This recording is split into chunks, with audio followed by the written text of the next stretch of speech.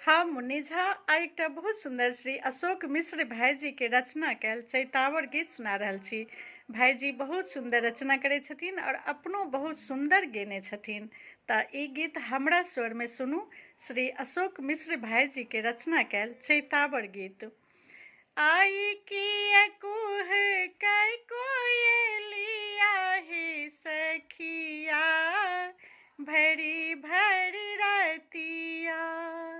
आई की कुह कै कोयलिया हे सखिया भरी भरी रतिया।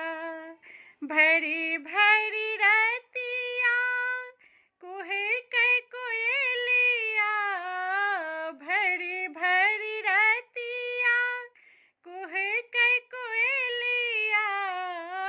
आई की कुह कै कोयलिया हे सखिया भरी भरी रतिया। तोड़ी बोली सुन कोयली टूटल मोरी नींदिया।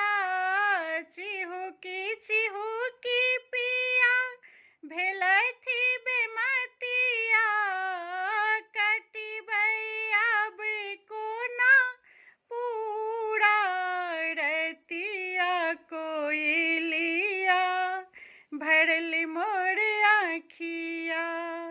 कटिबै आब कोना पूरा रतिया भरल मोर आँखिया।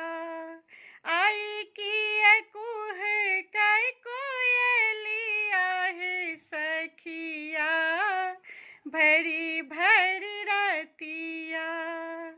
एक बड़ी ने भेले ससु ननदिया।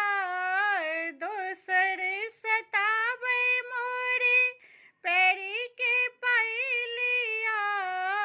एक बड़ी ने भेले ससु ननदिया।